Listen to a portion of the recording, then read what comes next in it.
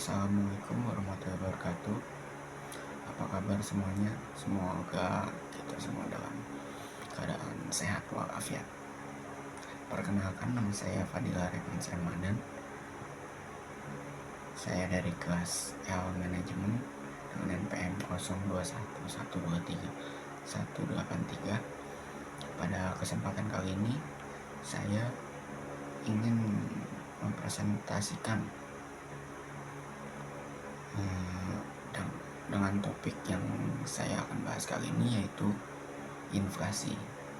Oke, langsung saja. Definisi inflasi. Inflasi adalah proses meningkatnya harga-harga secara umum dan terus-menerus dalam jangka waktu yang lama. Inflasi adalah proses dari suatu peristiwa, bukan tinggi tingkat harga. Artinya, tingkat harga yang dianggap tinggi belum tentu menunjukkan inflasi.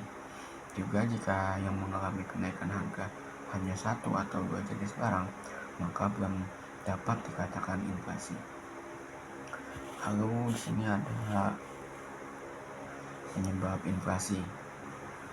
Penyebab inflasi ada 3 penyebab, yaitu yang pertama, inflasi karena naiknya permintaan atau demand pull inflation, merupakan kenaikan harga yang terjadi karena dalam satu waktu terjadi peningkatan permintaan secara bersama-sama dan drastis.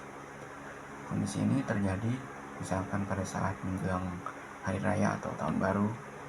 Pada kondisi tersebut, masyarakat berbondong-bondong melakukan aktivitas pembelian sehingga permintaan meningkat dan akibatnya harga juga ikut naik. Maka terjadilah inflasi. Lalu yang kedua ada inflasi karena biaya produksi atau cost push inflation. Ini bisa terjadi karena kenaikan biaya produksi.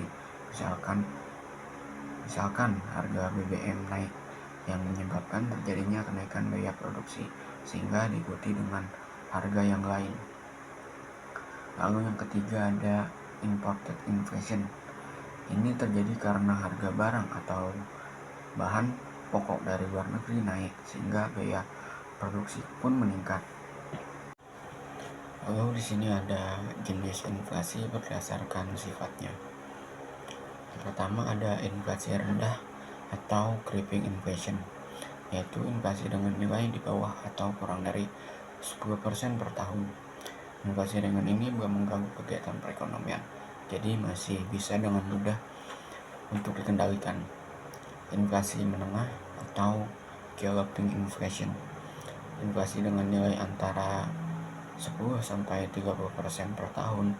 Inflasi ini masih belum membahayakan juga, tapi sudah menurunkan kesejahteraan masyarakat yang berpenghasilan tetap. Lalu di sini ada inflasi berat atau high inflation. Inflasi ini memiliki nilai berkisar 30-100% per tahun. Nah, kalau inflasi ini sudah mengacaukan perekonomian karena orang cenderung tidak mau menabung dan lebih suka menyimpan barang karena harga barang sangat tinggi.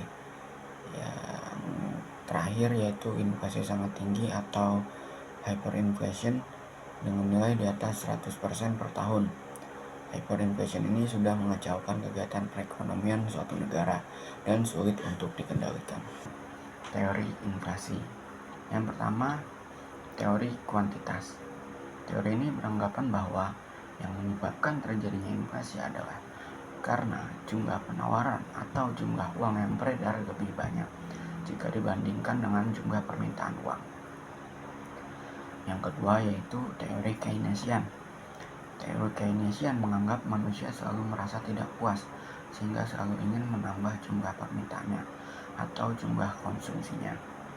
Nah, yang ketiga yaitu teori strukturalis. Teori ini memiliki pendapat yang hampir sama dengan teori kuantitas dan teori Keynesian. Perbedaannya berada pada titik tolak penyebab kondisi tersebut terjadi. Jika Keynesian menganggap yang menyebabkan naiknya permintaan adalah karena sifat manusia yang tidak puas, maka teori strukturalis menganggap bahwa yang menyebabkan naiknya permintaan adalah karena kapasitas produksi negara yang rendah atau struktur ekonominya yang bermasalah. Yang keempat, yaitu teori MMT atau Modern Monetary Theory. MMT memiliki pandangan yang sangat berbeda dari teori sebelumnya. Teori ini menganggap bahwa yang menyebabkan terjadinya inflasi adalah karena adanya dua hal. Pertama, uang tidak dijamin dengan emas atau nilai uang relatif berubah-ubah. Uang yang tidak dijaminkan dengan emas inilah yang membuat nilai uang bisa naik atau bisa turun. Teori ini menganggap inflasi tidak terjadi karena jumlah penawaran uang lebih tinggi jika dibandingkan permintaan, melainkan inflasi terjadi karena uang tidak lagi murni sebagai pembayaran, tetapi juga sebagai komoditas perdagangan. Dengan kata lain, MMT menganggap ada dua hal yang menyebabkan terjadinya inflasi. Pertama, uang yang tidak dijaminkan dengan emas. Yang kedua, uang yang dijadikan sebagai komoditas perdagangan, sehingga terjadilah inflasi. MMT menawarkan solusi. Pertama, uang harus ditetapkan atau flat nilai tukarnya yang dijamin dengan emas. Jadi, emas dijadikan sebagai nilai uang. Dampak inflasi. Inflasi memiliki dampak positif dan juga dampak negatif. Secara umum, dampak positif dari inflasi adalah yang pertama, bagi orang yang memiliki hutang atau hutang di bank, inflasi menyebabkan nilai hutang mereka menjadi turun. Nilai hutang yang mereka pinjam beberapa tahun yang lalu dengan yang harus dibayar hari ini pasti berbeda. Terjadi penurunan nilai. Yang kedua, bagi produsen, adanya inflasi menyebabkan produsen mendapatkan keuntungan. Karena pada saat sebelum terjadi inflasi, mereka menggunakan biaya produksi yang lebih rendah. Pada saat inflasi, harga jualnya naik, sehingga mereka mendapatkan margin yang juga ikut naik. Yang ketiga, memiliki manfaat bagi negara. Negara yang sedang tumbuh atau sedang berkembang biasanya akan membuat orang mengalami kenaikan pendapatan, sehingga terjadilah inflasi ringan. Jadi, inflasi ringan memiliki manfaat untuk mendorong terjadinya pertumbuhan ekonomi. Lalu, yang berikutnya adalah dampak negatif dari inflasi. Kita tahu, kenaikan harga yang tidak terkontrol menyebabkan dampak negatif dan memiliki pengaruh yang buruk terhadap perekonomian. Ada beberapa dampak negatif. Yang pertama, menyebabkan masyarakat malas menabung. Bagi masyarakat yang berpenghasilan rendah, mereka akan kesulitan untuk menabung karena nilai uang yang mereka tabung terjejas dengan inflasi. Yang kedua, penurunan daya beli masyarakat. Bagi masyarakat yang berpenghasilan tetap, terjadinya inflasi menyebabkan mereka tidak memiliki daya beli yang baik. Jika awalnya 1 juta bisa digunakan untuk memenuhi kebutuhan 1 bulan, dengan adanya inflasi, uang 1 juta hanya bisa untuk memenuhi kebutuhan hidup selama 2 minggu.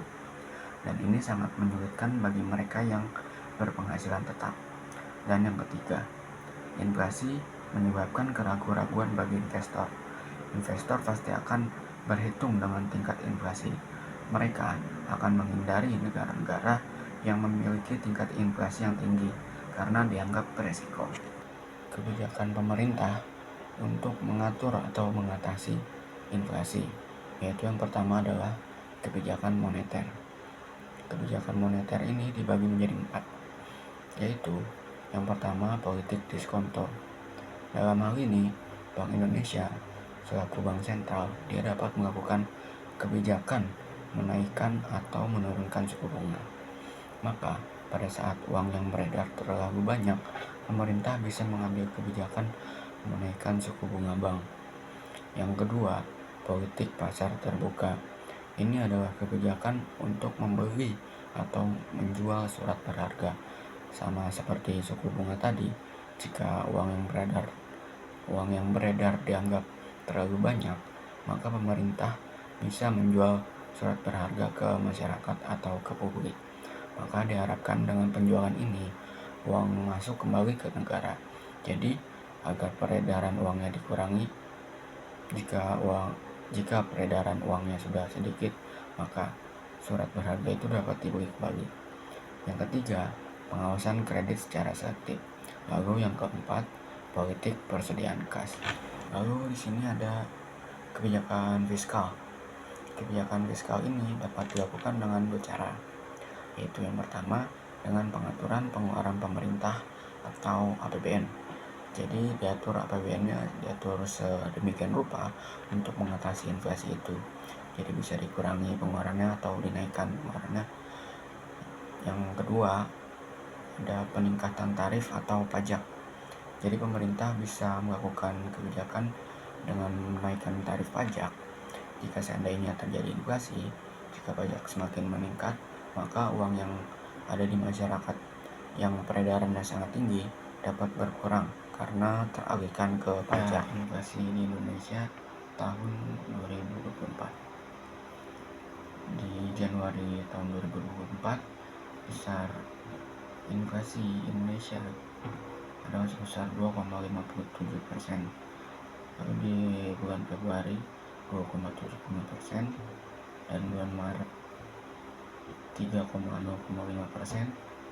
bulan April 3%, bulan Mei 2,84%, bulan Juni 2,51%, bulan Juli 2,13%, Agustus 2,12%, September 1,84%. Lalu inflasi terparah yang ada di Indonesia pernah terjadi pada tahun 1965 dengan tingkat inflasi yang mencapai lebih dari 600%. Inflasi ini terjadi di tengah era demokrasi terpimpin saat Presiden Soekarno mencetak rupiah untuk proyek mercusuarnya. Lalu di tahun 1998 laju inflasi mencapai 75,47% pada September 1998, dan di tahun 2022 inflasi Indonesia mencapai 5,50% yang merupakan rekor tertinggi dalam seminggu. Singkatnya, inflasi adalah fenomena ekonomi yang meningkatkan harga produk secara umum sehingga menurunkan daya beli masyarakat. Karena uang kehilangan nilainya akibat inflasi, masyarakat harus membelanjakan lebih banyak untuk memenuhi kebutuhannya, yang pada akhirnya menurunkan kapasitas konsumsi. Terima kasih atas perhatiannya. Terima kasih sudah menonton. Sekian dari saya. Mohon maaf jika banyak kekurangan, karena yang sempurnanya Tuhan. Assalamualaikum warahmatullahi wabarakatuh.